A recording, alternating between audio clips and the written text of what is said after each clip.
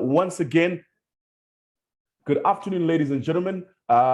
Thank you so much for joining us this afternoon for this commemoration and celebration of African foods by African. This year, as you would know, is the year of African nutrition as declared by the African Union. And in Africa Day, which was yesterday, we've been celebrating and commemorating, African foods by Africans. My name is Lawrence Dube, and I'm at the Wits Business School, and I will be moderating this conversation this afternoon. And I hope that we will be able to have ourselves an awesome and a great time this afternoon. It's not really my role to welcome you. That role, of course, will be given to Dr. Nkosana Moyo from Minds, who is the Minds CEO. But at this moment in time, please allow me just as we start the program to just appreciate a couple of institutions that have made this possible. Number one, the Mandela Institute of Development Studies, known as Minds. And if you're looking for them on Twitter, they are at Minds Africa, and the Harvard Center of African Studies, CAS. And if you want to find them, they're at Africa Harvard on Twitter, Africa Harvard, the SADC Youth Forum, SIOF. And if you want to find them, of course, on social media, they will be at SIOF_Africa.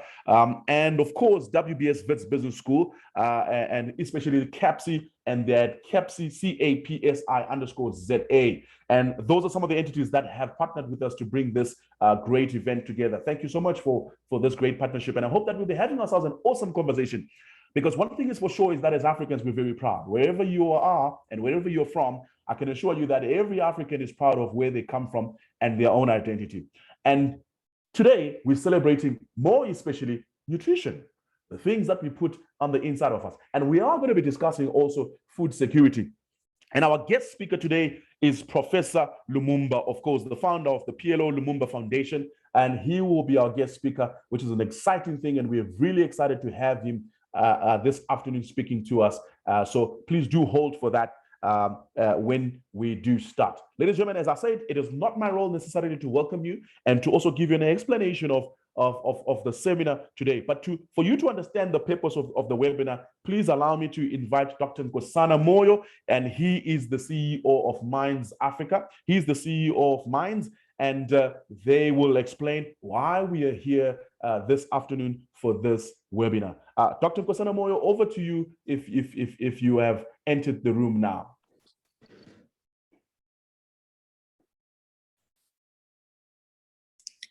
Hello, I hope that you can hear me. Yes, we can, Doc. Thank you so much for joining us this afternoon. We can hear you. Yes, I'm actually joining you from Rabat, Morocco. I'm at a conference and my camera is refusing to connect, but I think it's better to just leave it. It doesn't matter, because I'm going to be with you literally a few minutes just to welcome people and maybe just point out a couple of things that I think are important for you to consider as we celebrate today. So with our partners, the University of the Witwatersrand, we welcome all of those who've decided to join on this celebration of Africa Day, using in particular nutrition or African foods and showcasing those. But what I want to point out, and it's coming out in the conference I'm attending here, is an interesting issue. As we celebrate who we are and what we eat, we need to navigate a rather interesting and always difficult space of how we keep what is good about us and accept globalization and extract from it what it has to offer, which may improve what we've got. I have to say that on the whole, we tend to throw away what we have and accept foreign stuff even when it's not good for us. And I think nutrition is a very good illustration of this. We have taken on board over-refined foods and thrown away our own foods, which are much more nutritious, and the science proves it. I dare say my observation would be that the fact that COVID did not ravage Africa the way it was expected is a further proof that we have got very strong immune systems, because the majority of Africans cannot afford the over-refined foods. And therefore, as a population, we've benefited from eating more nutritious stuff, which has kept our immune systems much stronger. So the balance is an interesting one. We need to welcome globalization, but with caution. And we need also to keep what is ours, not necessarily in a way that does not recognize that there are some things which we can improve on. So welcome and good celebrations on Africa Day. And by all means, let's showcase our foods and nutrition. But as I've just pointed out, let's be discerning, and let's not be over defensive, discerning but not over defensive. So it's an and not an either or approach to what today is about. Thank you very much and welcome again. Dr. Moyo, thank you so much for that. Ladies and gentlemen, as Dr. Moyo says, it's about us, having ourselves a great start. I think to myself, Dr. Moyo, as a young man, I grew up eating sorghum and millet in my village, in my dear village in Plumtree, in some parts of Zimbabwe there. And I have exchanged it for rice and pasta in the corners of Johannesburg, which one might always think is some sense of modernization and getting better. But what is always said is you leave something and then one day you come and you are now told what you grew up eating is now known as a superfood, is now known as a superfood in a different region, and it's now costing you an arm and a leg. So literally what we've been consuming for many years has always been more affordable and healthier in actual fact. So it's good for you. Thank you so much for highlighting some of those realities of that we are living on. As we modernize, we actually in effect find ourselves entrapped in perhaps very questionable eating habits. Thank you very much. And I'm sorry I have to leave because I literally have to go and join a session. Thank you. That's okay. And good luck. Thank you so much. Thank you so much, Dr. Moyo. Once again, also just acknowledging Mrs. Grasha Machel from Mines, just to acknowledge her and the great work that they are doing at Mines. Ladies and gentlemen, as we indicated, the purpose of the webinar today is to celebrate African food, talk about nutrition and heritage, and not only just look at that, but we're also looking at food security. Today, our guest speaker and our keynote speaker, ladies and gentlemen, is going to be looking at the barriers to issues on food security, the climate's impact on food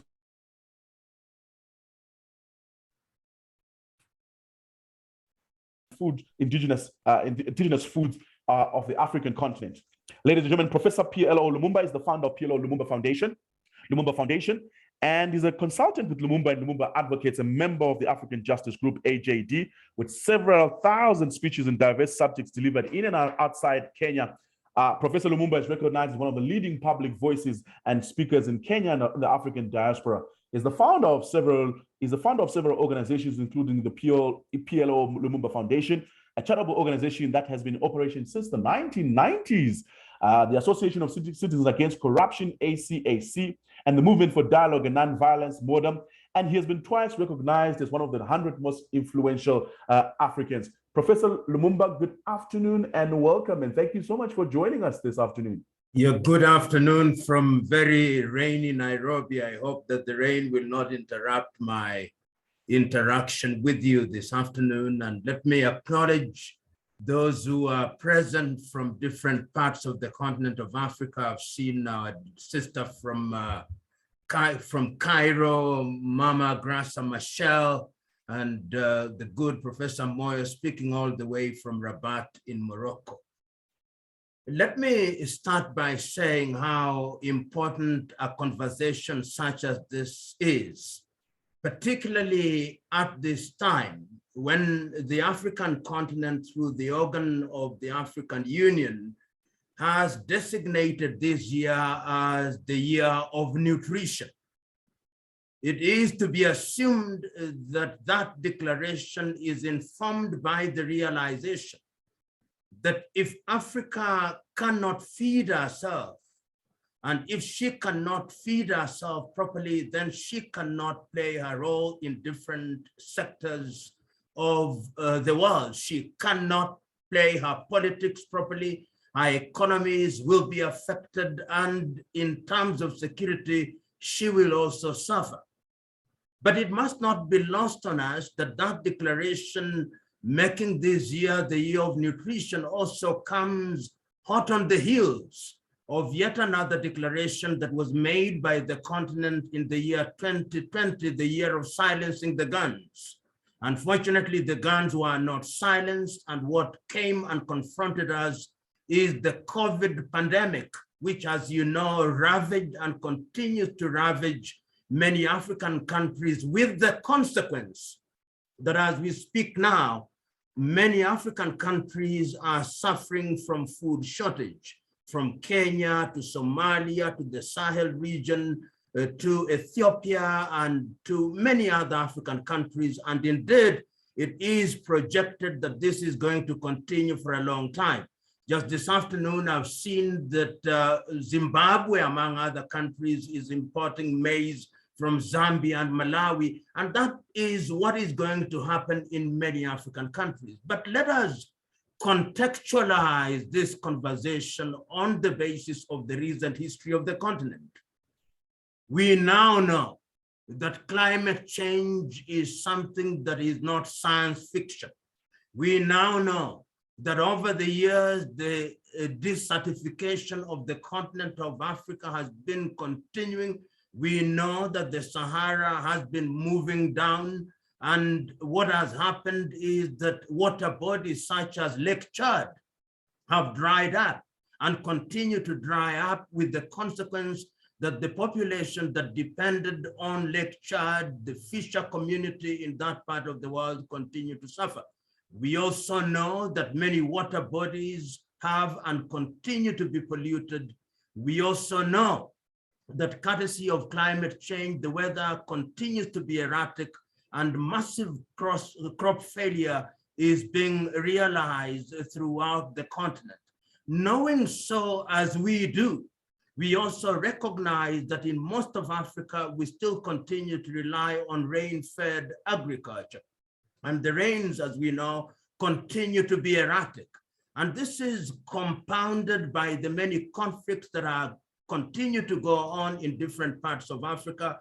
We know the skirmishes that are taking place in a number of Sahelian countries, in Nigeria, in Southern Cameroon, in the Eastern Democratic Republic of Congo, where a large number of people were killed only yesterday, in Sudan, in the Darfur area, in Tigray, and in northern Mozambique, and in quite a number of areas, even in areas where there is relative peace. So a number of things have conspired against different countries in Africa, which have undermined our food production. But you'll remember that Africa is not only waking up to the reality of food deficiency now. In the month of July, the year 2003, in Maputo, the African Union did declare, under the Maputo Declaration on Agriculture and Food Security, that African countries should spend at least 10% of their budget to ensure that agriculture is improved and that food security is enhanced. Very few countries that I know actually did comply with the prescriptions of the Maputo Declaration. You will also know that globally, when we were talking about the Millennium Development Goals and the creation of the Millennium Development Goals, one of the issues that was given priority and pride of place was to ensure that the household food security was enhanced, and it was also declared that we should, in the process, also reduce post-harvest loss, and to make sure that we depend much more on organic agriculture. But over the years, Africa has not done very well. If you look at some of the largest seed producing companies in the world, out of the top 20, you don't see any African countries. And even the African Union, as the umbrella organization, has not helped in that regard. At the regional level, when you look at the protocols that have come about on agriculture, whether it's in the SADC region, the ECOWAS region, the East African region, the Maghreb, and in Central Africa, there is not much that we talk about. And all these things conjoined serve, therefore, to undermine the quality of nutrition that we as a continent enjoy. Dr. Moyo, in his very brief remarks, did remind us that notwithstanding that we are part of the globe, it is important to recognize that there are certain foods which over the years have sustained the African continent, and we ought not to abandon them. Today, when I visit a number of African countries, what I'm met with is kenchik from Kentucky in the United States. What I'm confronted with is highly refined food, McDonald's. The drinks that we are confronted with are fizzy drinks, which are full of refined sugar. And we are abandoning some of the things which continue to sustain rural Africa. And I'm suggesting to us that the time is now that we must use this year, which has been declared as the year of nutrition, to re-examine some of our practices. Easier said than done, because we also live in a continent where we are full of sloganeering and full of making declarations which we don't intend to live by.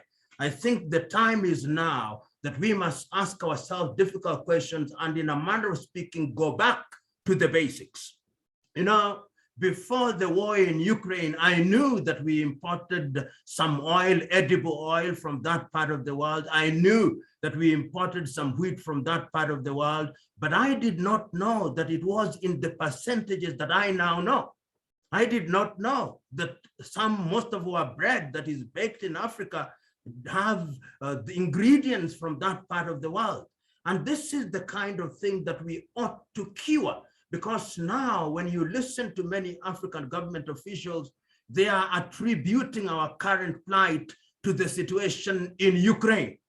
While to a certain extent that may be acceptable because the impact has been global in terms of disrupting the supply chain, it is something that ought not to be accommodated, because if, as Africans, as early as the year 2003 in Maputo, we recognize that we ought to give pride of place to food security, it cannot be a reason, it can only be an excuse that the war in Ukraine now becomes our attempt at explaining away the difficulties that we are confronted with. And I am suggesting, therefore, that we as Africans, particularly those who are duty bearers, and in this regard, we are all duty bearers, it is incumbent upon us, as I've already said, and allow me to repeat, go back to the basics and ask ourselves fundamental questions. How are we going to ensure that our agriculture is not rain-fed? Because if you continue to rely on rain-fed agriculture at a time when the climate is as erratic as it is, it means there'll be massive crop failures, and the consequences will be dire, impacting as it will be on the health sector, on the security sector. And as I've already said, we are beginning to see the impact of this in quite a number of countries, particularly in the Sahelian region, as we see the pastoralists moving through that region through to Sudan, and the inevitable conflict between farmers and pastoralists is in itself going to further exacerbate the situation because of the shortage of food. It is also important to remember that at one time as a continent, we said that we were going to do something about desertification. I think it is only Senegal, in my view, that has did during the presidency of Abdoulaye Wade, that went the extra mile to ensure that trees were planted in that area. And indeed, it is also important to put significance on extension services in agriculture. We don't put much premium on agriculture, with the consequence that many households now are abandoning traditional seeds and are going to seeds which do not go beyond one season. And that, I think, is undermining production. I would want to see, when you talk about nutrition, we talk about teff, for example, in Ethiopia, which is the product that is used for making injera. I would want to see more Ethiopian restaurants. I would want to see the traditional foods from Nigeria, from Ghana, from Lesotho, from Tanzania, from Maputo, or from Mozambique, from Angola. And there is no shortage. And I believe those of you who are in the field of agriculture, all these things have been documented. One of the things that we must remind ourselves in terms of documentation, there is no shortage of documentation of what is good for Africa and what should be done in the continent of Africa. And I'm suggesting that perhaps Africa should now take a solemn vow that we stop many of these workshops, many of these seminars, and go back into our archives and look at the declarations and the protocols that we've made in the last few years and simply dedicate a period of 3 years to implementing the things that we have promised we are going to implement. And if we did that, we will be giving meaning to the promises we have made to ourselves, both internationally under the Sustainable Development Goals, goal number 2, which I think is the one under which the issue of agriculture and nutrition is umbrellaed. We should also ensure that we give meaning to Africa Agenda 2063 to ensure that we eliminate poverty and also give meaning to the Africa Continental Free Trade Area so that we can enhance trade. As it is, many of the things we are doing are coming to us essentially because we sleep on the job, and the time is now. When you'll be talking about the diversity and the heterogeneity of African cuisine, I want you to remember that if we are not very careful, some of the things that we have been priding ourselves of will not be there. I now know, for example, if you go to China, the Chinese in a short while are going to be the largest producers of cocoa. The Malaysians are going to be the largest producers of palm oil. The Japanese are going to be the largest producers of what we use to make egusi soup. And those of you in South Africa who are proud, as you should be, of umkomboti, don't be surprised if what is now umkomboti will not be packaged in Portugal and Spain. The time is now, therefore, without belaboring the issue, to remind ourselves that there is something to be done, and it ought to be done very quickly. So when we celebrate, we should not rest on our laurels for too long. Mama Grasa is hopefully on forum, and she will have occasion to tell you the good work that she is doing in Mozambique. And I hope that that kind of work can be upscaled so that it is indeed accommodated in the rest of Africa. You will remember, I see somebody from Uganda, and Uganda is one of the countries where traditional food has sustained them over a long time. But what I wanted to say, you remember during the short period when Thomas Sankara in Burkina Faso was the president between 1983 and 1987, he said, we can't be food sufficient. I also remember during the short presidency of Mbingu wa Mutharika in Malawi, after he came from the World Bank, he said that Malawi can sustain herself through agriculture. I remember during the short presidency of Samora Moises Machel in Mozambique, he was quite clear that agriculture must be given a pride of place. And even in Tanzania, during the presidency of Mwalimu Julius Kambarage Nyerere and John Magufuli, and even now, that agriculture is indeed the backbone. If we know that this is the backbone, then it behooves us to make that backbone strong. So ladies and gentlemen, let us celebrate this year of nutrition, but let us do so in the knowledge that there is a lot of work to be done, and that we are the workers who must ensure that this is achieved. I hope that during this interaction, critical issues will be raised, and that these issues will find their way into the regional bodies, SADC, ECOWAS, East African Community, the Maghreb, the IGAD, and ultimately to the African Union, so that they can be consumed by those who are involved in agriculture, and that means all of us. Thank you very much, and have a good session. God bless you. Professor Lumumba, we can't thank you enough for those words, intriguing, definitely, and thought-provoking. More importantly, as always, you're touching on many important things. One of the key things that you spoke about, issues of rain-fed agriculture, in times where global warming is in such a place, where we're seeing, for example, the floods in KwaZulu-Natal here in South Africa. And the question is, how do you find yourself farming in those areas? What will be the future of food security in that kind of area, for example? And there we're talking about excess rain, but in other parts of the world, we're talking, crisis, as you spoke about, people giving, for example, people that have been importing maize. You would have thought 2 years ago, there was a bumper harvest, of course, in the same country in Zimbabwe that you spoke about. And just this year, unfortunately, there was a drought. And these are some of the challenges and the realities of agriculture right now. Some of the key areas, things that you spoke about, for example, is other countries starting to produce better than us. And it's amazing. I was listening to a session just a few hours ago where one esteemed business person was talking about how somehow the things that we have always had in Africa and produced and done so well in Africa, someone else will come somewhere else, and as they have done with minerals, they will do it with agriculture, where we produce minerals here, but someone is beneficiating it somewhere else, and we are buying jewelry from the same minerals that came back from Africa. And this is the dilemma that we are facing as we are speaking now.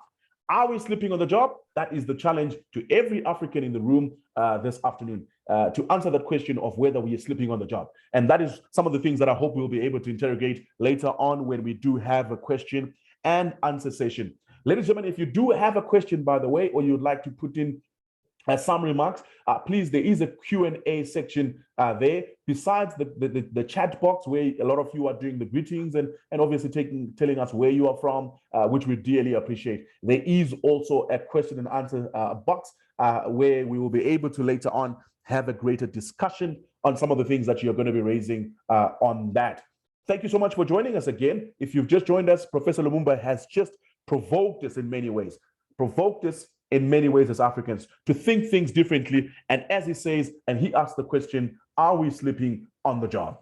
And I hope that later on we'll be able to discuss that simple narrative, whether we're sleeping on the job in the sector around food and nutrition. One person who's not sleeping much, I'd like to believe, is Mr. Adamu Labara. And he is, of course, the international the Southern African country manager at the International Finance Corporation, which is the division of the World Bank. Mr. Labara, good afternoon and welcome, and thank you so much. It's over to you, perhaps to share your thoughts around the investment in private sector value add to mitigating food security challenges and climate change, which is what I believe you will be addressing us on this afternoon. Over to you, sir. Thank you so much, Lawrence, and distinguished guests, ladies and gentlemen. Good morning, good afternoon, or evening, depending on where you are joining us from. I'm very much delighted to join this webinar to commemorate Africa Day and to celebrate African food. I'm also very humbled to come after Dr. Moyo and Professor Lumumba, who always not only challenge us, but also uplift and motivate us. And thank you to WIT Business School for organizing the event and inviting IFC to speak today. So, as we all know, the African Union member state commemorate Africa Day on May 25th. It's a special day, as on this day in 1963, the Organization of African Unity, now known as the African Union, was established. So as we commemorate Africa Day, we reflect on the accomplishment of people across the continent and on the challenges they still endure. For me, it's also a time to celebrate the success that the people across the continent have achieved.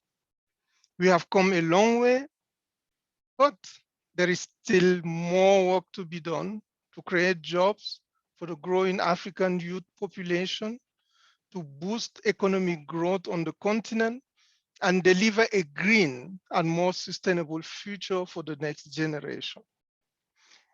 It is our responsibility to contribute to this noble cause. It is therefore a great pleasure to speak today about something I'm very passionate about, and that is African nutrition through our food. Like Dr. Moyo and Professor Lumumba mentioned, through African food. But we need to take a step back and reflect on a few key points about the importance of nutrition in Africa and the role that different stakeholders can play to achieve food security. Malnutrition, for example, is one of the world's most serious but least addressed development challenges. Its human and economic costs are enormous, falling hardest on the poor, women, and children. The 2021 Global Nutrition Report finds that despite some progress, diets are now getting healthier and make increasing demand on the environment, while unacceptable level of malnutrition still persist. The high human, environmental, and economic cost of continuing our current trajectory are so significant that we'll pay a far higher price if we fail to act. I think Professor Lumumba has alluded to some of the challenges we are facing at this moment, from drought to flooding. In the past 2 years, the impact of COVID-19 has exacerbated this problem. It is estimated that as a result of the pandemic, an additional 1.2 million African children will be affected by chronic malnutrition. It's an illness that already affects a third of children in Africa. However, not all hope is lost. Healthy, sustainable diets that put an end to malnutrition while preserving planetary health are achievable. One of the long-term solutions in Africa is to build good nutrition into the whole farming and distribution cycle to ensure that enough is produced and that children have access to food. In 2020, 149 million children under 5 years old were stunted. This statistic causes many other developmental constraints, including cognitive deficit and future economic opportunities, including impeding a country's ability to accumulate human capital. Although the prevalence of child stunting in sub-Saharan Africa fell from 48% in 1990 to 32% in 2020, the total number of stunted children in Africa increased by 13.1 million during the same period. And this was high fertility rate and lower rate of decline in stunting. The key question for me is what can be done to turn this around and enhance nutrition in a continent like Africa, which is endowed with several nutritious foods. What we need is to establish strong partnership and strengthen collaboration among government, numerous donors, the private sector, civil society group, and the academia, and that to deliver policy and financial commitment to end malnutrition in Africa. Africa exports over 35 billion US dollar worth of agricultural product to other regions of the world, but only around 8 billion intra-regionally, which means across Africa. This can change by enacting policy that will enable the private sector to play a far greater and more beneficial role in the production and distribution of food. So boosting trade in food product among African countries and establishing more integrated food supply chains can contribute immensely, I believe, to effort to end malnutrition and achieve food security. This will not only solve food supply problems, but also lead to affordability and price stabilization. We are seeing the effect of conflict in other continents that are having an impact on the food we are having in Africa. The private sector in Africa can play a major role to ramp up more effective and sustainable financing for nutrition. To achieve nutrition target and leave no one behind, African countries will need to strengthen accountability for nutrition actions and results. We need to ensure that there is adequate investment in proven intervention, particularly those that focus on ensuring optimal nutrition in the in the critical 1,000-day window between the start of a woman's pregnancy and her child's second birthday. Investing in nutrition in Africa will lead to a lifetime of gains for the continent. We need, therefore, to strengthen African food system to make them nutrition sensitive so that at every step of the chain, from the production to transformation, transportation, and consumption of food, mechanisms are put in place to ensure that what we eat all across Africa is nutritious. So encouraging the diversification of production to include vegetables and fruit is one good option. You also have to make sure that the seed and techniques used are adaptive to climate change. Another option is the biofortification of staple food crops to maximize the nutritional content of crops such as millet, sorghum, maize, or sweet potatoes that are eaten on a daily basis in rural Africa. Lawrence mentioned what he was having as a child.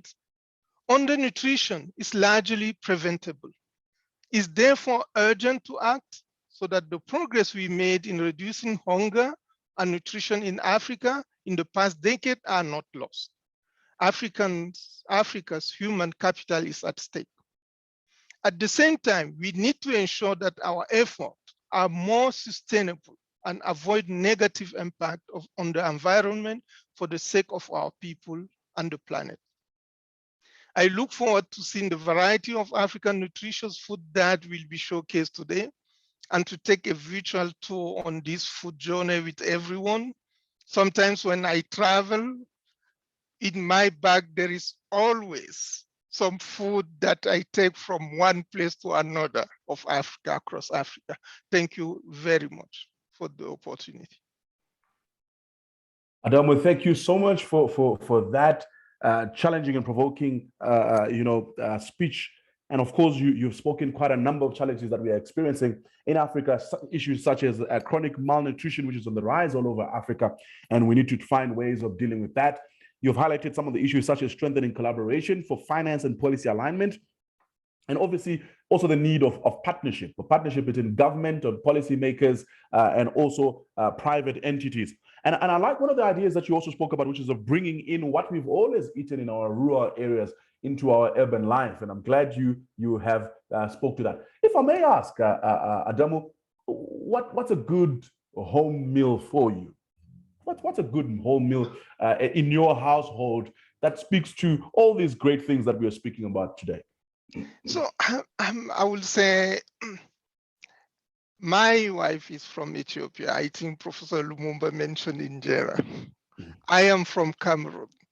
And in Cameroon, we have a variety from fufu corn to, it's so diverse, the food in Cameroon.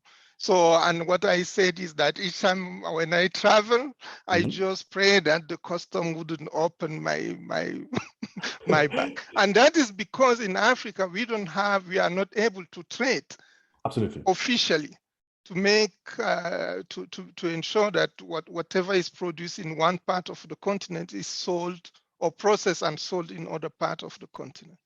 Absolutely. And is there, do you find that even this beyond the trade issue, do you also find that there's generally a lot of fears around issues around disease when it comes to movement of foods?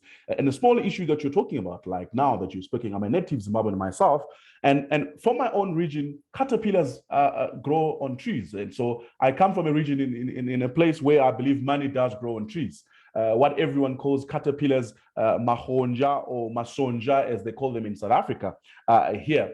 But those things are problematic if you're moving them across a border. Is that a policy issue, or perhaps trade could find ways in which it moves these things easier and there's control and there's health checks perhaps?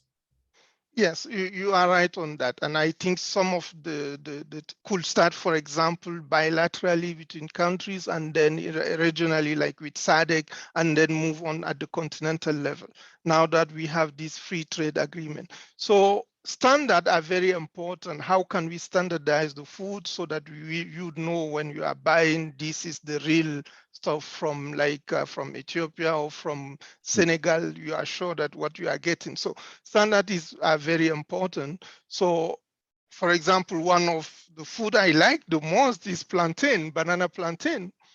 That I understand is coming from Latin America instead of West Africa. I asked, they said it's about standard. So those are some of the things, and health, as you mentioned, safety and other items that if we were to focus in a very, as I say, collaborative manner, the private sector, the policy makers, the NGOs, and all the good minds, we will be able to solve the issue. Adama, thank you so much for your thoughts. Really appreciate it. Thank you so much for your thoughts. Really appreciate it. I believe that Prof Lumumba is still in the room, perhaps. Prof, you are still here, or perhaps I know you had to dash somewhere else, and that's why we couldn't have a question and answer with you. Are you still in the room, perhaps? I know one or two people want to. I'm still here. I can take a question or two.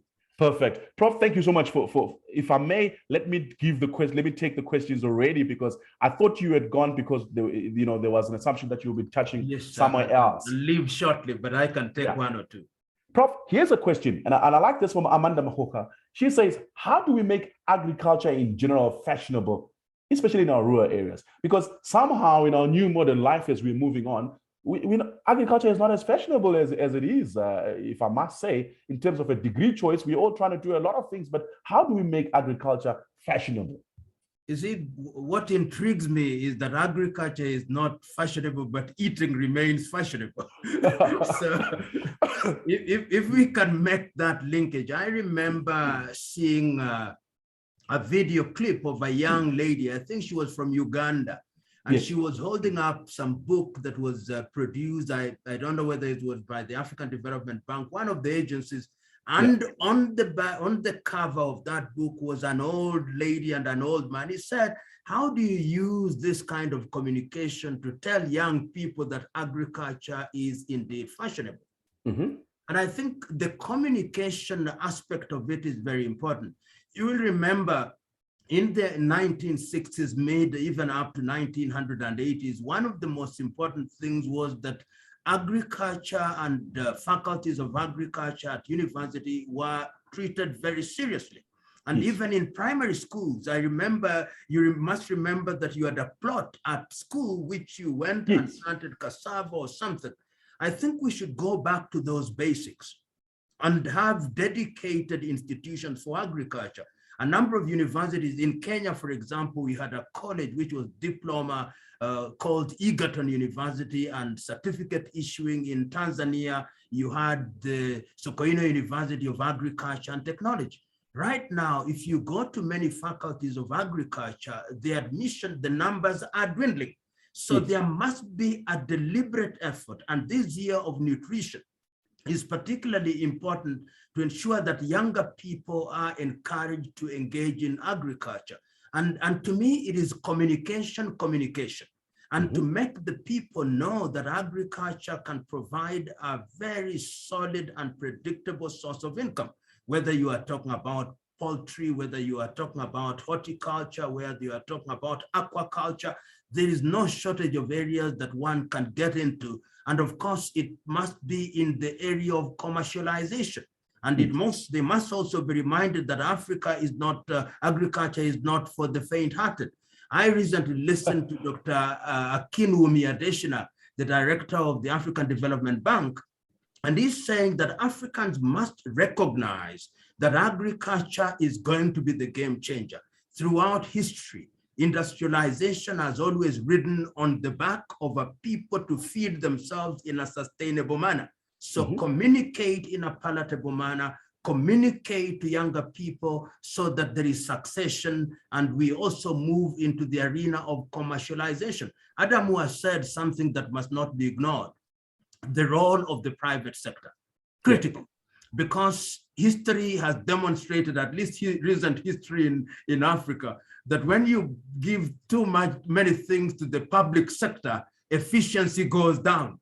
In Zimbabwe, you will know the impact of command agriculture. Culture. Yes. And there are stories to be written about it. But it tells you that a good mix of the issue of private sector and public sector, and then I'm repeating again and again, communication to younger people so that we have appetite. We know that eating is fashionable and will remain fashionable until the day you die. And you must know that there is a linkage between agriculture and eating, good cuisine. Once we create that linkage, then younger people will be interested in agriculture.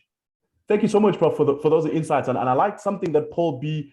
Joseph asked here. He says, in this generation, how can our children be able to recognize and use natural foods if we are no longer using them? Because they're not seeing us using these foods that we're talking about now. And we're now talking about them on a special webinar on Africa Day, only in May, and we dress fashionable as Africans for that 1 week or that day, and we eat those certain foods for that one day, but we're not modeling this for our children. How can we model that? Now, I also want to hold your thought here, Prof, while you're here.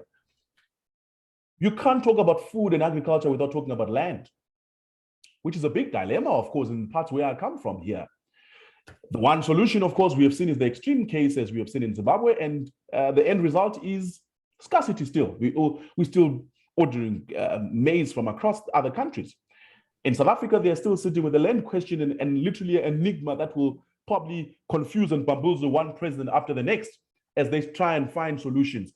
How do we marry the two and somehow between what's available on agricultural land and also the realities of the fact that we have a land scarcity, despite seemingly so much land? You know, the question of land scarcity is one that can be understood from different dimensions. Number one, arable land. If you look at many countries, and our good lady from Egypt will have occasion to make a presentation, he'll tell you outside of the Nile Valley, land is very marginal. That is number one, just that land is marginal and the yields are therefore low. Number two, you talk about the recent floods in KwaZulu-Natal and the flood that we have seen in South Sudan. You have arable land, good land, but then the rains come like we never invited them to do. And what was arable land, therefore, is no longer useful to you.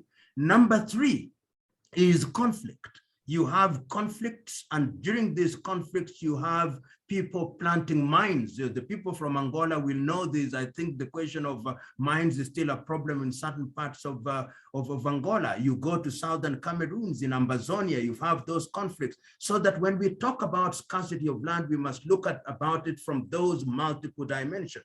Number three is in countries such as yours, where you have land that was occupied by minorities, and therefore the last colonial question has not been addressed. And is a very emotive question. Emotive in the sense that when one thinks about the injustices, one says, we must seize this land. But what about the accompanying expertise to exploit that land and to use it in a manner that is going to ensure that food production is not disrupted? So I'm all for having redistribution of land, but there must be a very clear plan on how that is going to be done. And there is no one size fits all. We can borrow from different experiences. The kibbutz in Israel is one of them. If you take, for example, 2,000 acres of land in Zimbabwe, how can you create a cooperative which ensure that there is a commercial element so that they are not subdivided into non-economic sizes? So these things are things that we know about, but I can't say that I can't agree with you more that the size of land is going to be issue. And there are also other innovative ways of agriculture, both vertical and horizontal. So in urban areas, what about urban agriculture? Is that not something that we can think about? Yes. So I think that the men and women who are present in this forum have the ability to recognize the significance of land and the fact that it is a finite resource. We are using fertilizer and other agents, and the productivity is going on. Remember that one of the things that we suffered from the colonial experience is monoculture. And monoculture has had a negative impact on food production. Recently, as I conclude, the former president, the president of Uganda, Yoweri Kaguta Museveni, said in just half tongue-in-cheek and half in seriousness. When somebody talked about the cost of bread, he said, eat cassava. There was a message that he was sending there. But how do we standardize? How do we ensure that this cassava is available and can be traded freely? So many issues on the table, we are simply teasing them out. And I believe outside of this forum, people will wrap their minds around them, and in your own environment, you'll then engage in serious practical activities to give it practical meaning. Thank you very much. God bless you. Thank you so much, Prof. Much appreciated. Thank you so much for your insights. We dearly appreciate the wisdom, and I'm sure we will continue the conversation with those that are here. Adamo, I want to bring you in here for 2 seconds while I have a chance of questions. I know we're going to come to the video in 2 seconds, please, my colleagues. Dr. Eldari, please do stay with me. We will come to you in a moment. Adamo, someone raised something very important here. Caesar Zulu says, Prof mentioned that we need to do more than sloganeering, which is, the usage of slogans. Land is the economy, for example. Some of the slogans that we talk about, agriculture is the next level, and on all sorts of things that we tell people. But currently we have multilateral agreements, SADC, ECOWAS, SACU, and many more. You now have the African Continental Free Trade Agreement, which has not been given into effect. And his question is, how do we achieve the intended purpose for these blocks? How do we do away with some of these barriers to increase the flow of trade? And also issues of universal passports and maybe a common currency in Africa. Are those concepts in sight at all? For you as the World Bank and obviously the IFC, you interact on some of these issues. What are some of your thoughts around those things and those blocks that we continue to have, but seemingly having no effect on what we're trying to do around food security and agriculture? Okay, thank you so much. Very important topic. So for me, it's really starting when it comes to agriculture, starting with regional value chains. What could be, for example, grown in Zimbabwe that could be sold in South Africa? What could be, for example, if you take the livestock, what could be done between Namibia and South Africa? If you take horticulture, what could be done between Lesotho, South Africa, Eswatini, South Africa? So that is where we start. And the private sector, I can assure you, is ready. It's ready to move, it's ready because they see that as opportunities. But we need now government, really government to see it, and within the framework of the different regional organizations, to really promote those type of exchanges. So, and for me, even the standard, the two countries need to sit down and agree on standard, what will be the standard for this. So once that is done, I think the private sector will move very quickly. I know that on the manufacturing sector, there is a very quick move to do that. So that could also be applied on the agri sector. So for me, then from one region, then it will be SADC. Then after that, we will move to perhaps Southern and Eastern Africa, and gradually you have the entire continent blocks to be connected. But yeah, if we try to do it right from at the global level or continental level, there could be many other challenges. But yeah, I think country to country and then regional, just identify 2, 3, 4 value chain and start with those value chains. Adamo, thank you so much for your thoughts. Really appreciate it. And I'm sure we'll continue to discuss them. I want to provoke something around private sector involvement. And this is a simple theory, and I know I'm being simplistic. We will discuss this, and I'm going to provoke you, and I'll come back to you later. The private sector always navigates to where the dollars count. The question is agriculture perhaps and nutrition and the things that we think are nutritious profitable? Let's talk about it a little bit later. But for now, let's go back to some of the showcasing of African recipes and cuisines and producers of indigenous foods, ladies and gentlemen. We're going to be showing you some videos from a number of places. One from Botswana, Atang Modirila Dilo from Botswana.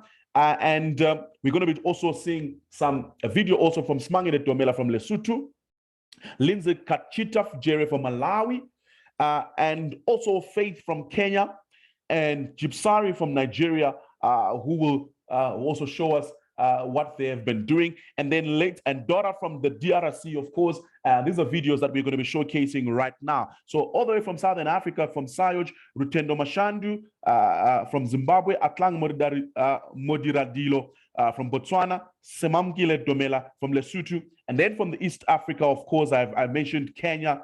From Kenya, Faith, and then from West Africa, we're going to be seeing some cuisines from Nigeria, and of course Central Africa. We are also going to be seeing food from DRC, from Dora, and then in North Africa, after the videos are done, we will hear a little bit from Dr. Mara Al-Dali, who will be sharing a couple of their own cuisines and special foods that they have in their own geography. Over to you, ladies and gentlemen. Let's have a look at some of the great nutritious things that we have in Africa. Here we go. My name is Dora Ventoto. I am originally from the DRC, from the Bandundu province. I own this little business called Esingo. It's a catering company. I deliver throughout Johannesburg and Pretoria. Today we will be making a very, very, very famous dish from the Congo. Ngai makayabu, also known as snookfish, and fufu, also known as pap. What I like about this meal is the fact that you do not need a lot of ingredients to make it. It doesn't take time, and it's also very delicious. We're gonna add our palm oil and just a little bit of oil. We're gonna add our chopped onions.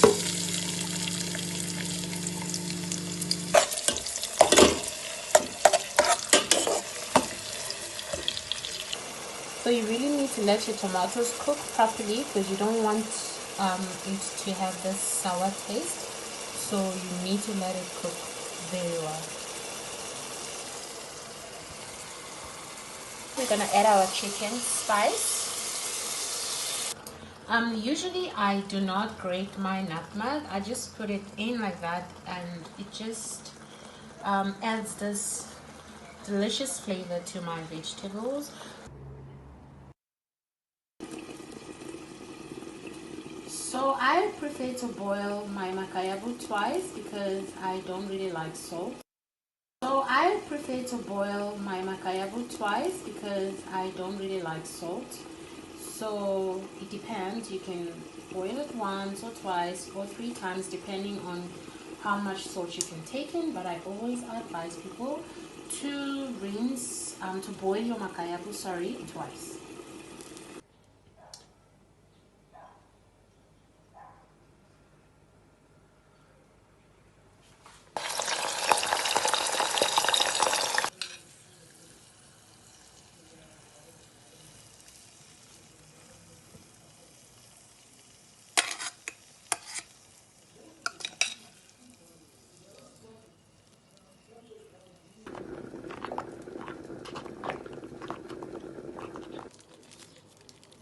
This is our pap.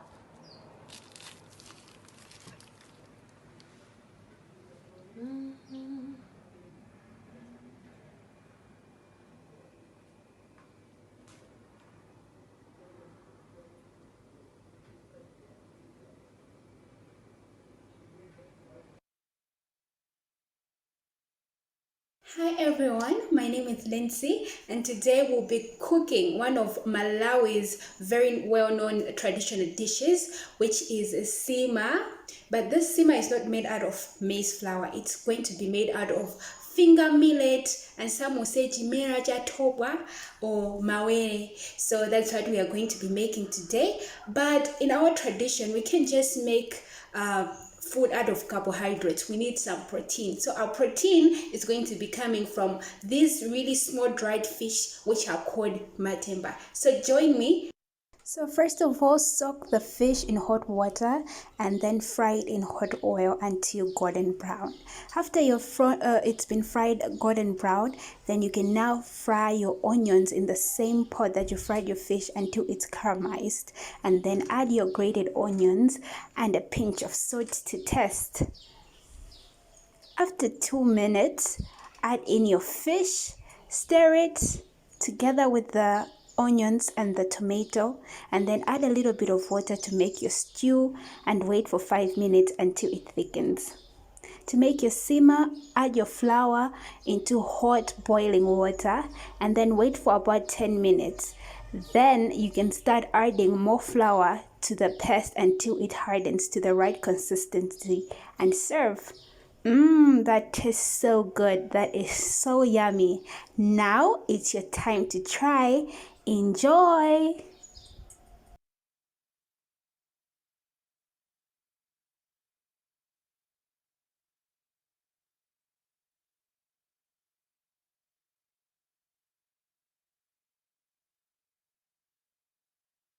Hello, my name is Mangala Damela. I am from Lesotho. I am a Mosotho. Okay, so I prepared a meal, Sotho meal. I'll explain what we have here. We have our famous steamed bread, very delicious, very delicious. We simply steam the bread and not bake it. Yeah. So here we have pork trotters. Usually we call them ditlhakwana in Sesotho. This is our famous snack. Sesotho love trotters. This is simply pork feet. Yeah, we love this. Okay, I'll move on to our beverage. Our famous beverage, we call it mutoho. It's served cold. Here we prepare it in a way that we have a mixture of flour, yeast, and warm water, and then it ferments overnight, and then the next morning we cook it. We cook it with warm water. We stir until it is fine, until it is ready to eat. Yeah. So we move on to our pumpkin. This in Sesotho we call it dikgetho. This is our famous and very nice mokopu wa dikgetho. Yeah, mokopu wa dikgetho, but it's the usual pumpkin. Rather, we serve it in this big slices, and then we cut it this big, and then we serve it this big without peeling.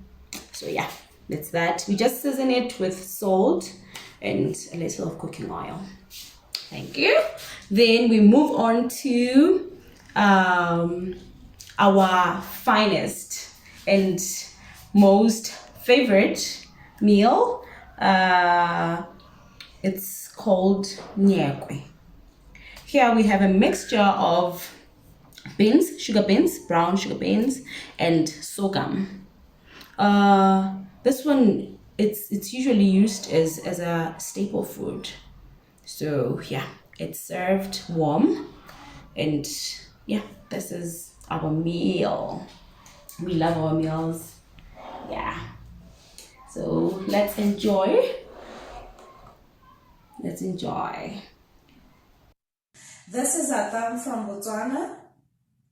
Atang Mudiradilo from Botswana, the peaceful country.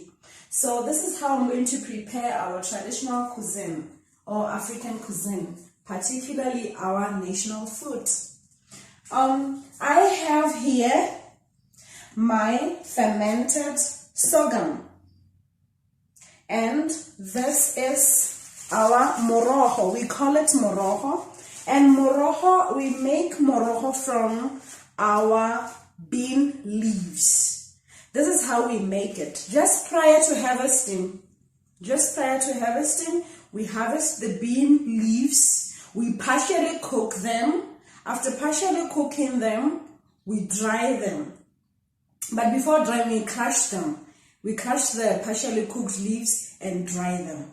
So this is the final product after drying. It's very, very nutritious. Okay?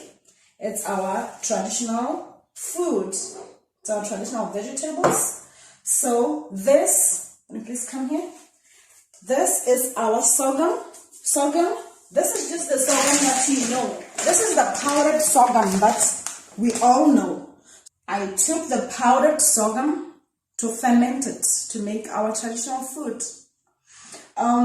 I pour in water and let it ferment for 2 days. And this is the final product after fermentation. We're cooking it with my vegetables. Okay? So I won't need anything exotic or any foreign thing.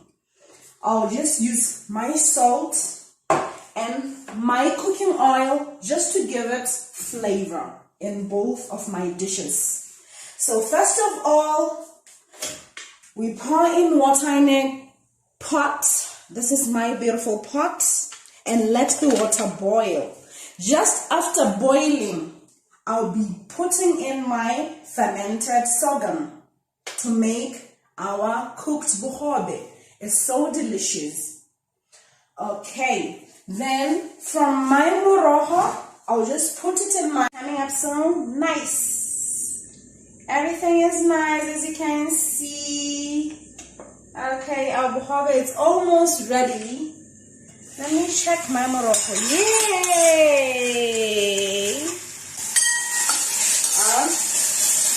I'm now going to switch it off, okay, because it's ready.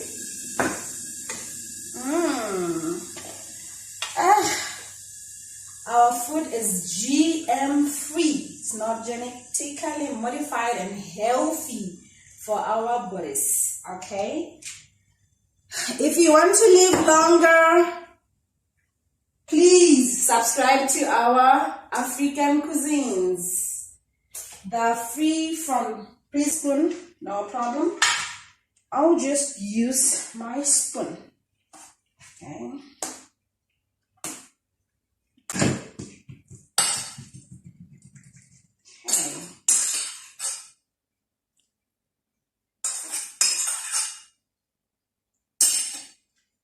Ooh la la!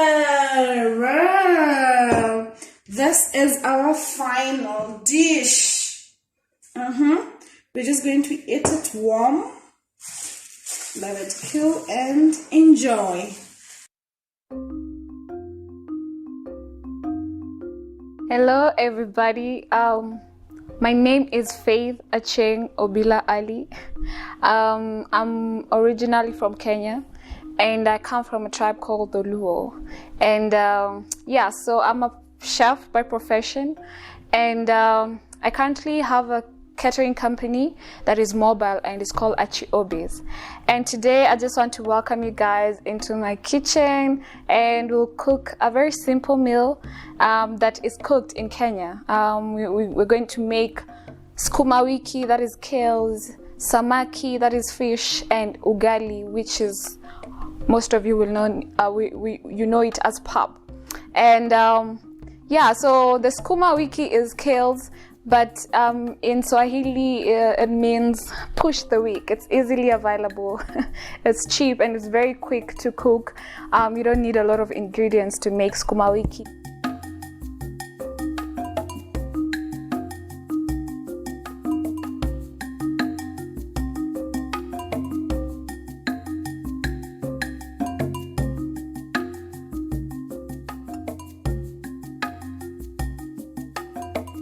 Pap, which we call it ugali, we make it very different.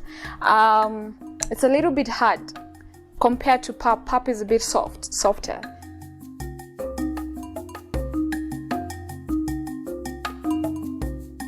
Fish is mostly eaten by my people from my tribe, the Luo tribe.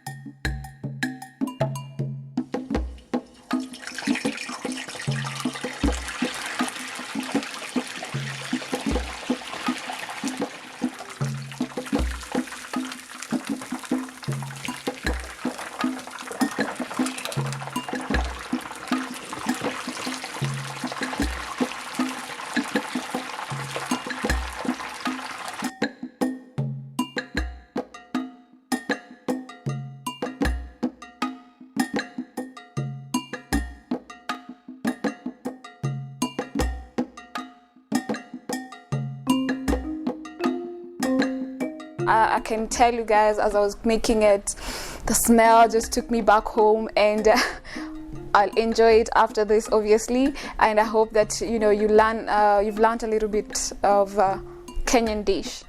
Thank you.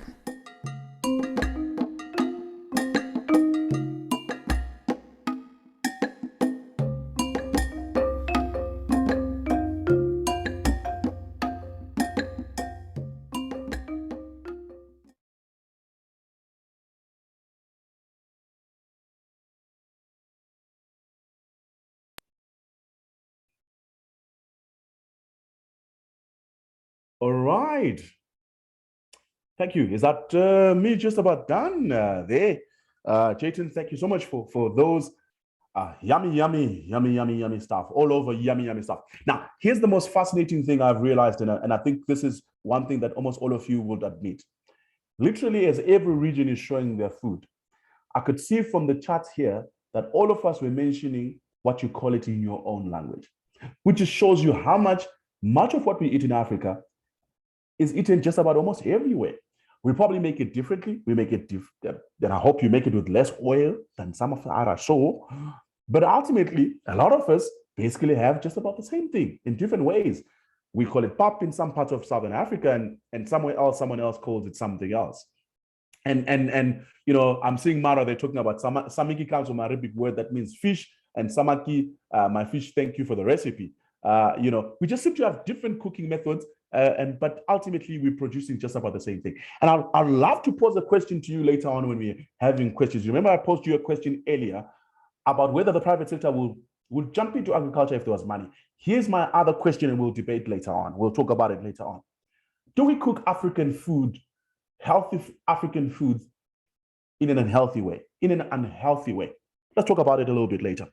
But for now, let me bring Dr. Mara El Dali from Egypt, and she's going to be talking about how they do things in North Africa. Mara, good afternoon. How are you?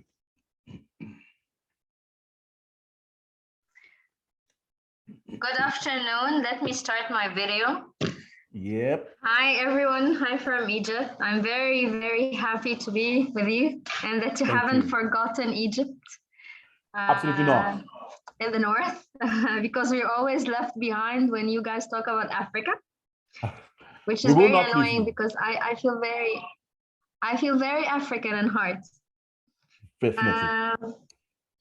Let me share. I haven't prepared a recipe in a video. However, I prepared a presentation to orient you about our food in Egypt, and I will tackle what you have just mentioned, that the healthy aspect of our nutrition. Absolutely. I mean, okay.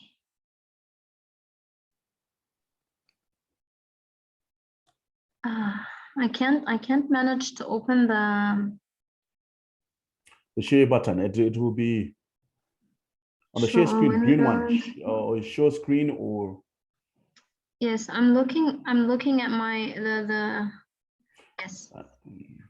Found it? Or yes. Permission? Do you see it now? Yes, you are about to share. There we go. We can see you nice and clear. Okay. So I'm gonna share with you our kind of food, and can you see now this is the typical Egyptian breakfast? Yes, we can see it. So can you see the colors? It's a lot of colors. If we start on the right, on top, you can find this is like eggplants. We use a lot of eggplants in our diet, and I want you to remember this, because when you think about moussaka and you think it's a Greek food that you eat in Europe, it's actually Egyptian food. And moussaka comes from the fact that we eat مسقعة, the way even the Egyptian dialect, that we eat a lot of eggplants, and we eat it in all forms. So on the right is eggplants. Some people fry it, some people put it in the oven. and you put some green peppers with it as well, and olive oil and a little bit of salt. And it really makes an excellent salad, and you can put it in a sandwich. On the left, we eat a lot of in the breakfast also cheese with tomatoes and cucumber, and we put olive oil on top as well. Down there, you find this is very typical now. In the middle, you see the fava beans, or we call it ful. These are like fava beans. This is like the average Egyptian would eat this in the morning, like fava beans in oil, in vegetable oil. We put some cumin, some pepper, salt and pepper. We eat it with different, we can put onions on it, tomatoes. It's very healthy vegan food that you eat in the morning, and people really feel full until they go home at around 5 or 6 o'clock. It's a good meal. We eat also eggs with it. So if you want to keep being vegan, you don't have to eat the eggs, but then you eat it usually also, you can have eggs. And for those who want to do it a little bit of unhealthy, we smash the fava beans, and we mix with coriander and green stuff like coriander, and we put them like we make like a paste of it, and this goes into the oil, and this makes the falafel that you hear sometimes in Oriental food, the falafel.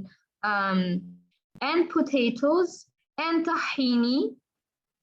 So this and the bread, we have thin round bread that is also very healthy, because it's made of not only of white of wheat, of how do you call it, the brown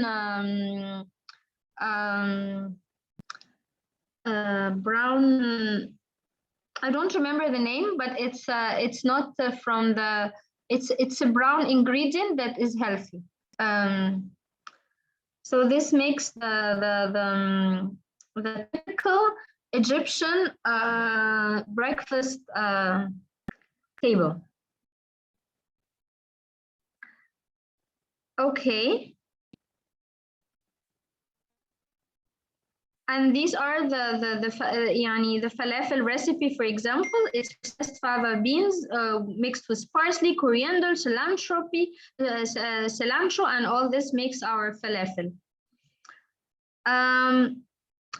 This in the morning. When we go to lunch, I give you also very different options for lunch, because our lunch also in Egypt is very is very vegan as well. Like really eating meat and chicken and all this is really Western influences. It's not the typical Egyptian food, which makes it really interesting, because with the introduction of this eating habits that are healthy and people try to move towards vegan food, we had this very chic restaurants that they say we are vegan and stuff and vegetarian, and then we looked at our very local food that is in every street. We found that we invented the idea of having vegan breakfast, vegan lunch, and we didn't realize until it became fashion. One of the lunch options, for example, is the koshari. And this is very affordable. Like, I just want to give you a price, for example, for if you want to buy the full sandwich, you would pay like £5, which is like 50 cents. And you really eat well.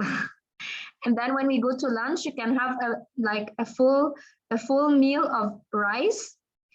We mix all the carbohydrates, like rice, you cook it alone, and then you have chickpeas, you cook it and you boil it, and lentils, you boil it, and rice, also you boil rice in water, and then you prepare like a tomato sauce, and you put on top with onions that are, if you want, you can add onions with some oil, that you fry in oil. And this is a very affordable lunch in Egypt that you can buy this for £10, which is $1, for example, less than $1 actually, because Even 50 cents is 50, yes, 50 cents, or even $1 can get you a really big box of this. We have we eat a lot of lentils in Egypt, and it goes back, if we want to speak about philanthropy, most philanthropies in Egypt and in many of the North African countries, we had soup kitchens, and lentil soup is one of the things that soup kitchens would provide for the poor, where you mix, you boil lentils, you mix them with water and fried onions, and you mix them and then water, and you make this this soup, this lentil soup. Is very nutritious, and philanthropy and lentil soup have really survived a long history. We have something called bisara. This is done from fava beans as well. It's a very delicious lunch meal. Fava beans, parsley, cilantro, dill, onion, garlic, and cook them together, olive oil, and it's mix them, and it gives you this bisara. It's really typical Egyptian, and it's really yummy. We have also vegetables that I don't know if you heard about them. This is called kos. It's in English translate into taro root. It's a very nutritious vegetable, green vegetable in Egypt that we do when we eat with rice. Then we have this very famous molokhia. It's like a soup, but it's done by a vegetable that grows in Egypt, and it dates back to the pharaohs. We cook these leaves. They are like leaves, like salad leaves, but they're very dark. And we cook them with garlic, coriander, and we cook them together. We heat garlic, and we mix coriander and with the molokhia. And it's a very nutritious food. And actually, a story behind it, that a Japanese scientist discovered this in Egypt and took it to Japan, and they found how nutritious it is, and they registered it as a Japanese food, and they even made tablets out of it, that molokhia tablets. And I think this is one of the subjects as well, that we never think of registering our food. We never thought about registering molokhia, although it grows in Egypt and it dates really back to the pharaohs, and it's written on the walls. However, 2002, a Japanese came and claimed it was a Japanese thing. And this means that the heritage also, we lose heritage through this. Same applies to the moussaka and the falafel. I don't know, I hear in New York, I don't know which country claims it's their food. So this is one of the things also that is important for Africans to realize, that they really need to highlight their heritage, how it really relates to their history and their pride, and be proud about it, because it's really nutritious, it's cheap, it's affordable, because it grows in our countries. And this is a picture also of moussaka, and it shows you how rich and colorful our foods are: eggplants, tomato, potato, onion. The moussaka is really easy to make. You get an eggplant, big eggplant, you cut in slices, and for a healthy moussaka, you put the eggplant, and then one layer, and then another layer, you can put some minced meat if you want, and then you put another layer of slices of moussaka, then some tomatoes, you cut tomatoes also in slices, you cut onion in slices, and you put it in the oven and you leave it for an hour, and it's really healthy. Some people fry the eggplants, but I really do it like very easy in the oven with some white rice, and or bread, and it's really beautiful. Dinner in Egypt and in most of our North African region is very light. We don't eat after 7 o'clock. Most Egyptians eat really very light dinner, and one of the most typical recipes for Egyptians is watermelon with cheese, with feta cheese. So we cut the watermelon, we put it in the fridge, so it's really cold. And then we get some feta cheese, and we cut them like this in this picture, like slices. We can put some olive oil on the cheese as well. And we eat the melon and the cheese together, and it's really, really yummy as a light, delicious dinner. Drinks all grow in our. We don't have to drink coca. We don't have to drink. We have Mara, 1 more minute, please. Okay, so sugar cane, karkade. Yeah, these are like, I'm just giving you hibiscus juice and all this. These are healthy. We have desserts, dates. Dates, we cut them and we put them in milk for like a couple of hours, and they're really good. Fig with nuts. We have Barbary fig. We mix a lot of fruits together, and this makes our dessert. Ali, I wanted to talk a bit about Ali, but it's literally bread and milk with nuts, and you put in the oven. And I'm about it.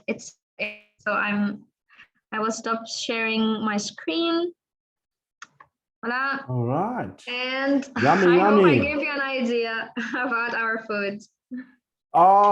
We need to talk about Mara. We need to talk about cheese and watermelon. That Yes. combination is a first. That's a It's an first. amazing combination, yes, and it's in the summertime when it's hot, because it's really refreshing. Okay, that should what makes Mo Salah score so many goals at Liverpool. I guess it's working. Whatever it is, it's working. Really appreciate it. Love the diversity. The one thing I absolutely loved about it is the colors. Definitely, it speaks healthy straight away. You can look at the colors and you absolutely know that there is healthy all over it. Healthy all over it. So thank you so much for that presentation. Really, really appreciate it.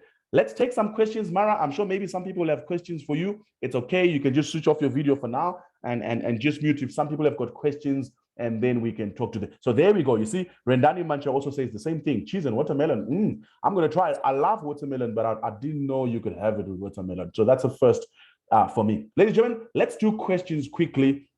Because Lawrence, I actually have 3 minutes. I've literally got 3 minutes, and then I have got to move to WBS to just talk about the overview of executive education. we have programs. one more video from West Africa in Nigeria. Yes. Oh, it's ready. Okay, there we go. We are going to be preparing a foriro. These are the ingredients required to prepare a foriro soup. Here we have diced onions. Here we have our red oil, which is also known as palm oil. This is our locust beans, also known as iru in Nigeria. This is blended pepper, tomatoes, and onions. And here we have our shoko leaf. This is the green vegetable we'll be using to prepare the soup. Here we have our boiled shaki, our boiled beef, our boiled stockfish, our boiled pomo, and here we have dry fish. And also we have stock cube, salt, and crayfish. So let's head straight to the pot. In your pot, you add some palm oil and allow it to get hot a bit. So into our hot oil, we add some onions, our already diced onions. Stir and allow to fry a little.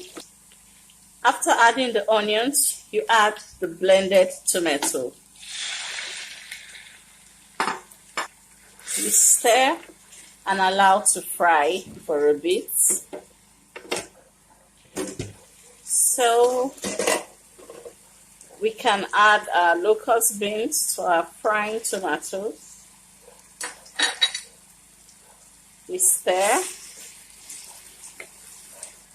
And to this, you add all of your pre-cooked protein. You give it a stir and allow it to cook for a bit.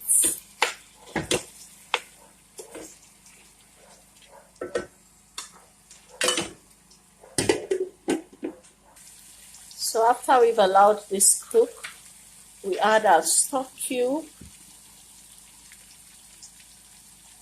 our crayfish, And our salt. Give it a nice stir. And we can now add our shoko, which is the green vegetable we're using to prepare the soup. And we give it a stir. So after giving it a nice stir, we've allowed it to simmer for a bit. And there you have it. Our eforiro is ready. You can have this with eba, rice, boiled plantain, or any carb of your choice. So to make your eba, which is the side dish for the eforiro, all you need is gari. This is cassava flakes made out of cassava and boiling water. We have our water boiling there. So what you want to do is turn some hot water into a bowl and then add your gari.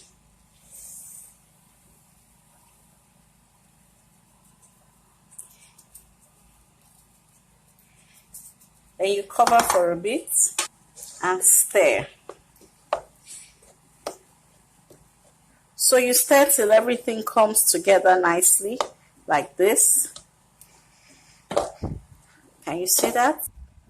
So there you have it. This is eforiro served with eba. Eba is made out of gari flakes. And we also have eforiro served with rice. You can have eforiro with any side of your choice. I hope you have learned from this video. Thank you. Hey, awesome. Some Niger food there. And of course, that a number of meats all in one in there. I've always had a fascination on how you can have so many meats in one place. And the Egyptians on that side, Mara, was I wrong or not? But I did see, and I think someone did ask the question. You don't seem to have a lot of meat in Egypt, do you? Do you have meat-heavy meals in general, like perhaps our Nigerian counterparts would probably have? And a good side of us Southern Africans like to have a lot of meat, although we don't grow any big. I don't know why, but in general, you don't seem to have a lot of meat in your meals. Is that correct, or was I wrong? Actually, we do eat meat in Egypt, but it's our local traditional food is not based on meat. It's really based on vegetables and even what you call junk food. If you want to go to a typical junk food restaurant, you would buy fava beans, falafel sandwich. You get this kushari.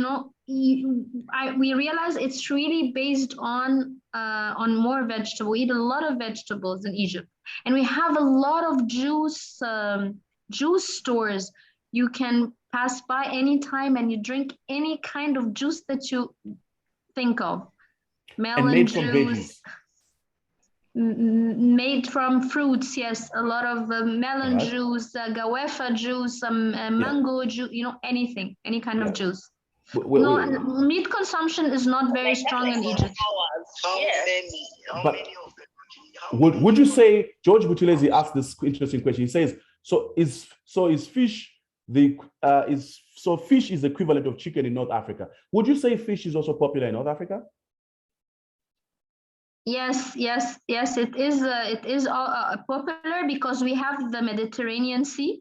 Yeah. So when you go in the northern part of Egypt in Alexandria, it's and all the Canal region with the Red Sea, of course, it's we eat. I come from a family personally that we eat at least twice fish per week. In the summer, we avoid it. We eat it more in the winter time. However, we do eat a lot of fish as well, and you have a lot of markets, very simple markets where you can get affordable prices for like I was thinking, for example, if you calculate, if you pay for a McDonald's meal, you pay like £150 for a meal, for one meal.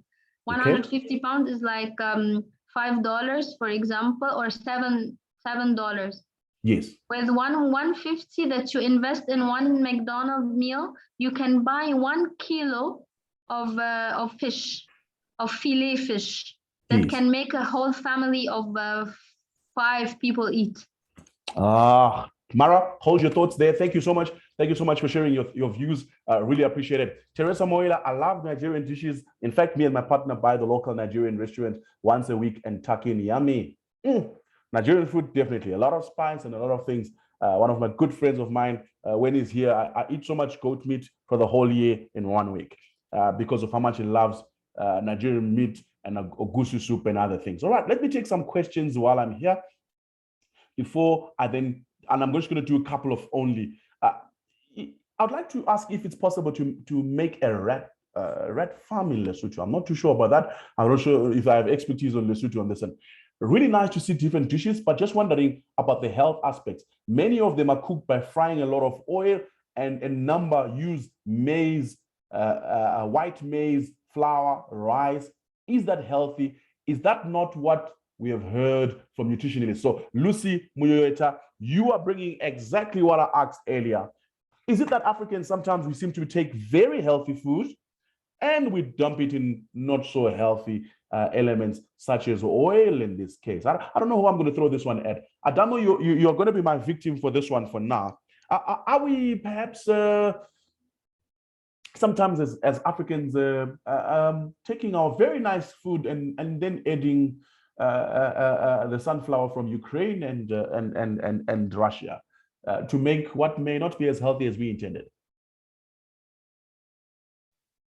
Yes, I think if there are two main lessons we got either from the COVID and from this war is in Ukraine, is that we really need to come back to our own food,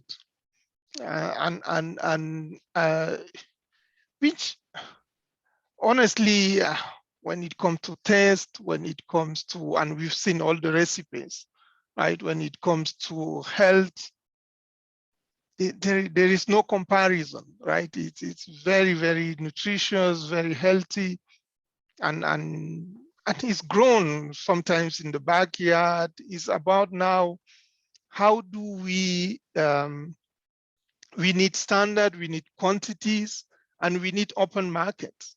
And I'm sure a lot of you've seen the videos of some entrepreneurs already cooking, and some of the recipe, maybe some of the ingredient, they are trading them, bringing them from different countries. Yes, so I think that is the way to go for me, really, and really support entrepreneurs who want to go into that sector. Awesome. Thank you so much, Doc. Thank you so much. I think some of the questions we already had thrown to the Prof and yourself earlier on around agriculture and how we make it more attractive and how do we make it healthy. And I guess, it'll be interesting, of course, Lucy, to get some responses to your question, which is, are we perhaps not always sometimes taking very nice and healthy food and putting it in unhealthy in oil? And is there a better way? I think that's one of the questions we need to be talking about at some point. Is there a better way of making some of this food? Is there a better way of processing some of this food so that we have it a little better? But thank you so much for those comments. I'm mindful time might just fly away. So I want to bring my Wits Business School colleagues, Professor Jacob Mati, if the Deputy Director of the Center for African Philanthropy and Social Investment, if he's here, and Dr. Kiratile Mokhoti, the Program Director at African Philanthropy and the Executive Education Programs. And I know they want to just talk to you about some of the philanthropy offerings that Wits Business School has as part of our conversations today. And I'm sure a lot of you who are playing in the philanthropy space, playing in the nutrition space, would probably be interested in saying, hey, what could I do at Wits Business School if I want to study, want to interact with some other people? Then after that, I will also hand over to Betty Carr from the United Nations, the Deputy Director for Supply Chain Operations in the United Nations World Food Program, who will give a vote of thanks and perhaps a way forward from the thoughts that people have brought today. Over to you, colleagues, if you are in the room, if you mind.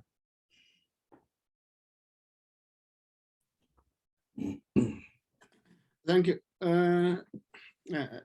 Thank you, Lawrence.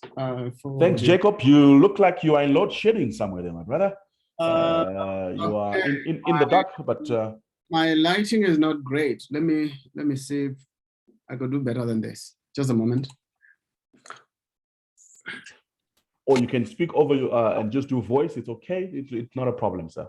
If you've got a presentation or you got voice, that'll be fine. Okay, no, I don't seem to be doing any better. My lighting is not great. Sorry.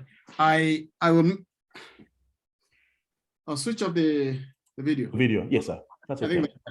Okay. Thank you so much, colleagues and guests that we've had this evening. In a special way, we celebrate the contributions and the willingness to share the different cuisines from the different parts of the African continent. One of the questions I would have loved to ask Professor Lumumba earlier was, what is the role of, when you're talking about food security on the African continent, some of the things that we've seen increasingly have to do with criminalization of indigenous seeds production. And this comes through various governments being pushed by the Monsantos of the world into passing laws that are actually making it illegal to reproduce your own seeds. The effect of that is we end up having seeds that cannot be planted for more than one season. That said, so there are many issues involved, including what Maro has just talked about, certain traditional vegetables in Egypt being patented by Japanese. I think it's a common story across the African continent. And it does bring in specific issues around intellectual property rights, around probably what role institutions like VETS and others on the continent should be able to play in ensuring that we have systems that work for Africans and for the betterment of the African people. One of the ways of ensuring this is, of course, the question of resources. And philanthropy is not the only way of ensuring that we can be able to get the resources, but it's one of the ways. And at this business school, we've tried, and this university generally, we've tried to make our own small contribution in our own ways by trying to understand the role of philanthropy on the continent, generally in Africa's development, so to speak. And therefore, part of what we do is offer academic courses. I am told the first on the African continent, or at least in sub-Saharan Africa, in this regard. But we work with partners from across the African continent and sometimes even beyond, including Marwa, that was part of the panelists that spoke earlier. And what we do is we currently have programs running from executive education, which Kira will be speaking to. And then we have certificate courses. We have a postgraduate diploma in philanthropy and resource mobilization. We also have a master's degree of two streams. One is by coursework and research report, and then the other is purely by research. And then we also even have a PhD. So we have all these things running at any one time since the last 3 or so years, at least for the PhD and the master's by research. And from last year, we have our our postgraduate diploma in philanthropy and resource mobilization. The next intake, which is closing, or the application is actually closing in a few days' time, and that 1st of May, and we start teaching towards the end of June for the 2022 intake. I'm not going to great details about this, but if you are interested in any of our programs, feel free to contact me, feel free to contact BITS Business School Marketing, and all these are things that you should be able to find on the BITS Business School website. Who are we targeting in these particular programs? We are targeting people already in the field who are working in philanthropy or in nonprofit organizations or in private institutions that have a social mission, private institutions, banks, fintechs, and things like that, that have, let's say, a social investment component as part of their business, that have a foundation that assists communities in terms of plowing back some of the benefits in terms of the shared prosperity for the resources and that we generate on the African continent and things like that.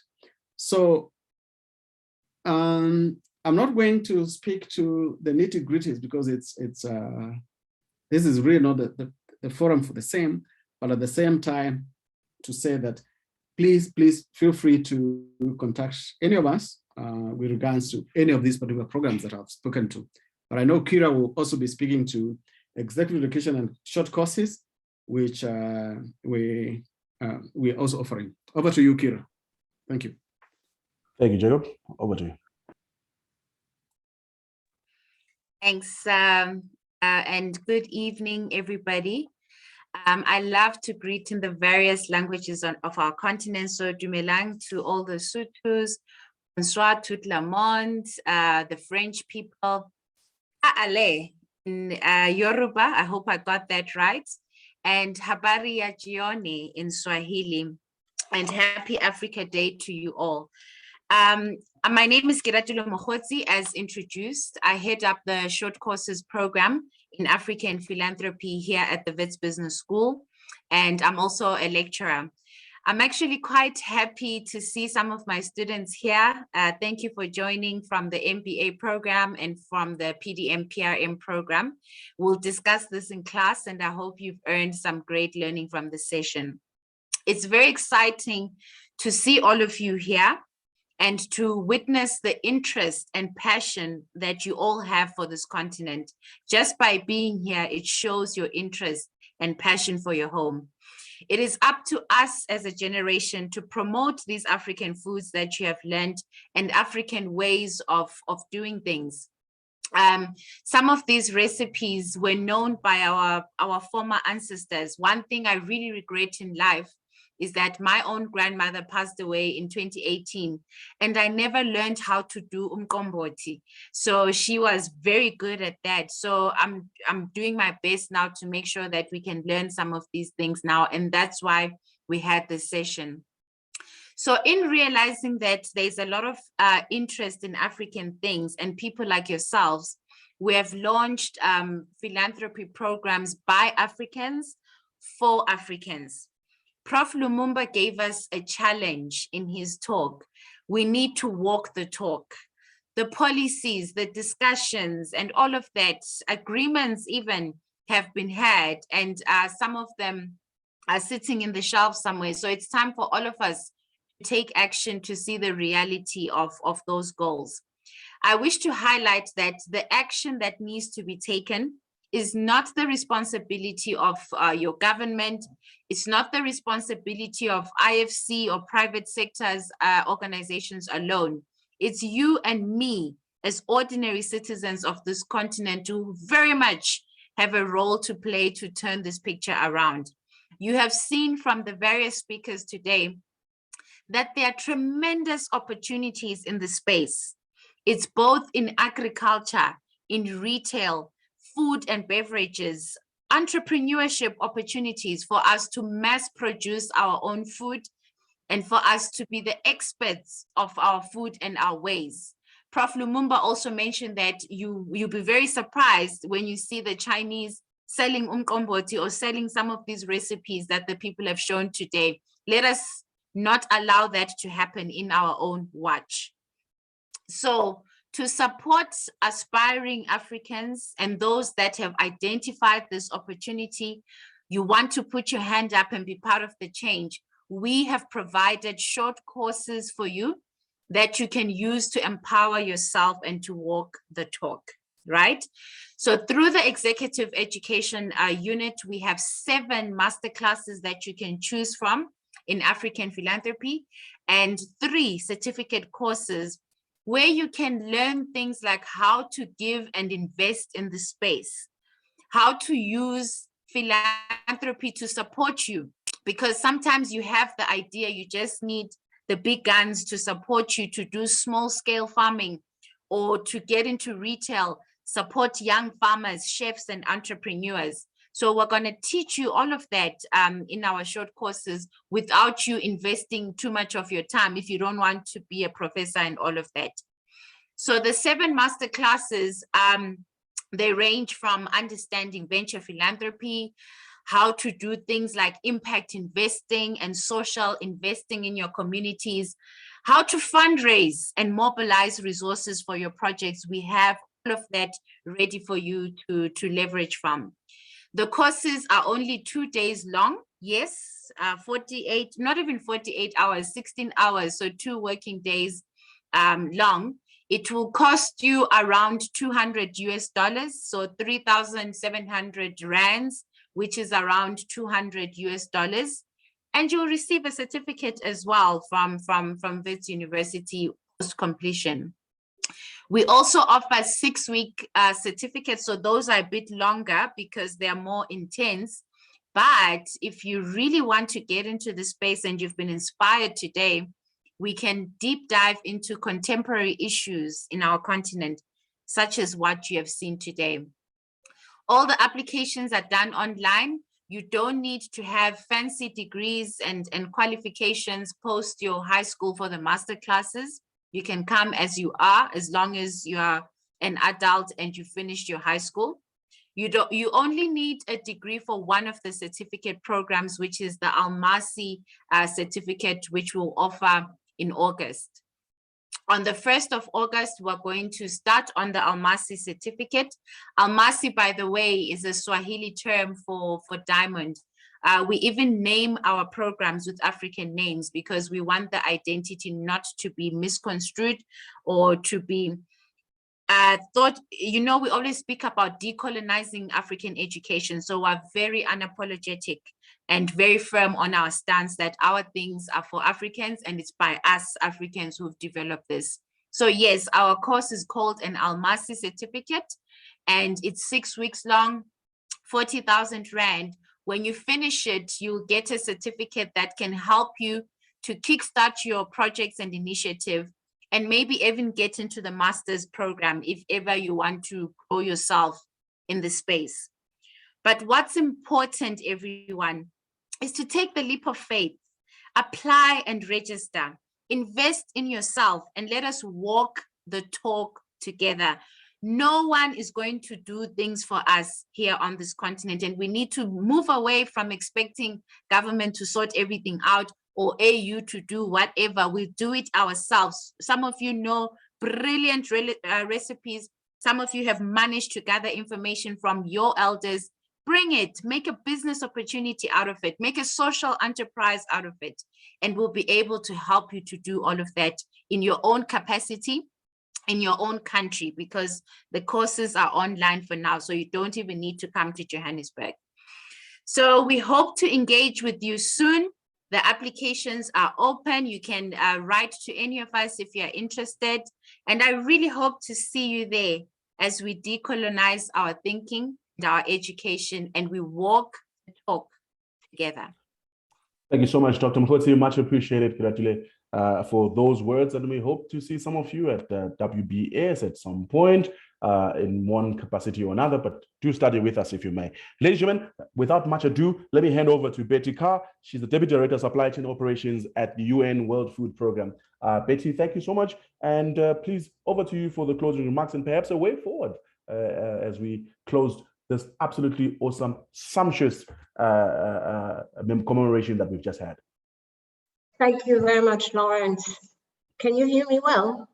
Can hear you well. Okay, thanks very much. Thank you very much to you and to the Harvard Center for African Studies for the invitation to make a few remarks today to commemorate Africa Day event.